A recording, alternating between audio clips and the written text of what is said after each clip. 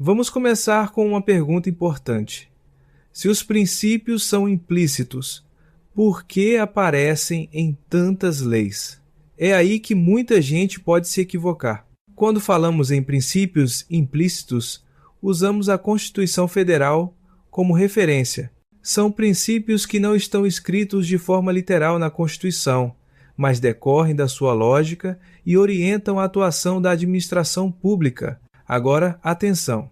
Implícito na Constituição não significa que o princípio não exista nas leis. Muitos princípios implícitos aparecem expressamente em leis infraconstitucionais. O melhor exemplo é a Lei nº 9.784 de 1999, que regula o processo administrativo federal. Essa lei menciona, de forma expressa, princípios como legalidade, finalidade, motivação, razoabilidade, proporcionalidade, contraditório, ampla defesa, segurança jurídica, interesse público e eficiência. Por isso, cuidado com a pegadinha em prova. A banca pode afirmar que o princípio não está expresso na Constituição Federal, o que é verdade, mas isso não significa que ele não esteja previsto em lei. Agora vamos aos principais princípios implícitos. Começamos pela supremacia do interesse público sobre o interesse privado. A ideia é simples. Quando há conflito entre interesse individual e interesse coletivo, prevalece o interesse público. Isso ocorre porque o Estado existe para proteger o interesse coletivo. Esse princípio se aplica, por exemplo, na presunção de legitimidade e na imperatividade dos atos administrativos, nas cláusulas exorbitantes dos contratos administrativos, que permitem alteração ou rescisão unilateral, no poder de polícia, que impõe limites à atividade privada, e na intervenção do Estado na propriedade privada, como desapropriação, tombamento e servidão administrativa. Frase de fixação: onde há conflito, prevalece o interesse público. Agora vem um princípio que sempre anda junto, mas não é a mesma coisa. O princípio da indisponibilidade do interesse público. Aqui o foco muda. Enquanto a supremacia mostra o poder da administração, a indisponibilidade mostra o limite. O administrador não é dono do interesse público.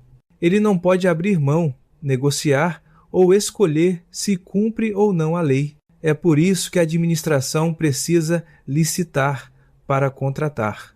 É por isso que precisa de concurso público para contratar pessoas. E é por isso que tudo depende de autorização legal. Seguimos para dois princípios que a banca adora confundir: razoabilidade e proporcionalidade.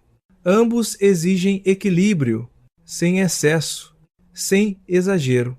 Eles aparecem expressamente na Lei nº 9.784, de 1999, mesmo não estando de forma literal na Constituição. Na prática, funcionam como limite à discricionariedade administrativa. A razoabilidade pergunta: essa decisão faz sentido? A proporcionalidade analisa: os meios utilizados são adequados ao fim pretendido? A violação, a razoabilidade ou proporcionalidade torna o ato ilegal e ilegítimo, passível de controle pelo Poder Judiciário. Isso não é invasão do mérito, é controle de legalidade. Vamos agora aos princípios da especialidade e do controle, também chamado de tutela. Aqui entra a estrutura da administração pública.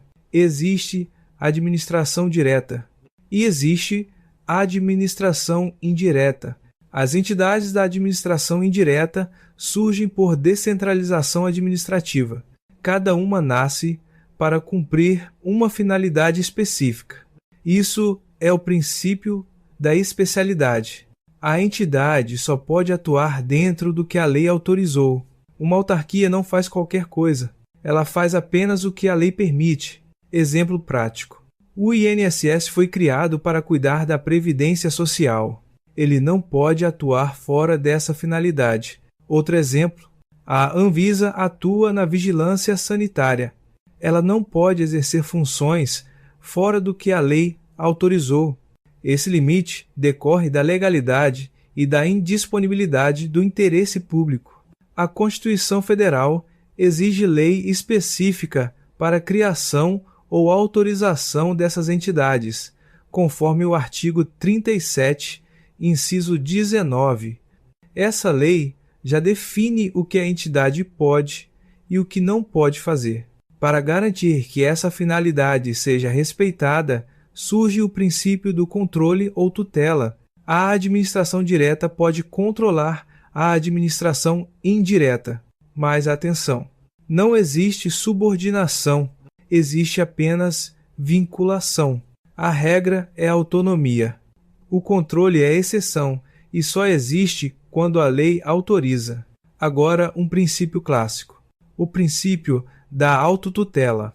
A administração pode controlar seus próprios atos, sem precisar recorrer ao poder judiciário. Ela pode anular atos ilegais e pode revogar atos inconvenientes ou inoportunos. Exemplo: se a administração percebe que praticou um ato ilegal, ela mesma pode anular esse ato. Mas a autotutela tem limites. O Poder Judiciário sempre pode analisar a legalidade do ato, conforme artigo 5º, inciso 35 da Constituição Federal. Outro limite importante está no artigo 54 da Lei número 9.784, de 1999. O direito de anular atos que gerem efeitos favoráveis decai em 5 anos, salvo comprovada má-fé. Além disso, antes de desfazer o ato, devem ser garantidos o contraditório e a ampla defesa. Contraditório é o direito de saber o que está sendo alegado e se manifestar. Ampla defesa é o direito de usar todos os meios legais para se defender. Esses princípios se ligam ao devido processo legal, previsto no artigo 5º, inciso 54. Seguimos agora para o princípio da motivação. A administração deve explicar suas decisões, deve indicar os fundamentos de fato e de direito. A regra é motivar. A exceção clássica é a exoneração de cargo em comissão. Agora, o princípio da continuidade do serviço público. Serviço público não pode parar. Ele deve ser prestado de forma contínua. Exemplo clássico: o fornecimento de água e energia elétrica. Mesmo em greve ou troca de governo, o serviço deve continuar, porque atende necessidades essenciais da população. Quanto à greve, em regra, os servidores públicos têm direito à greve, aplicando-se, por enquanto, a lei da iniciativa privada.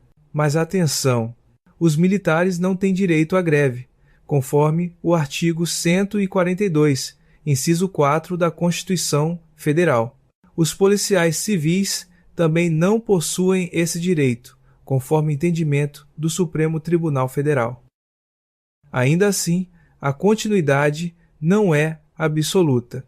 A Lei nº 8.987, de 1995, permite a interrupção do serviço em casos de emergência por razões técnicas, de segurança ou por inadimplemento do usuário, conforme o artigo 6º, parágrafo 3º.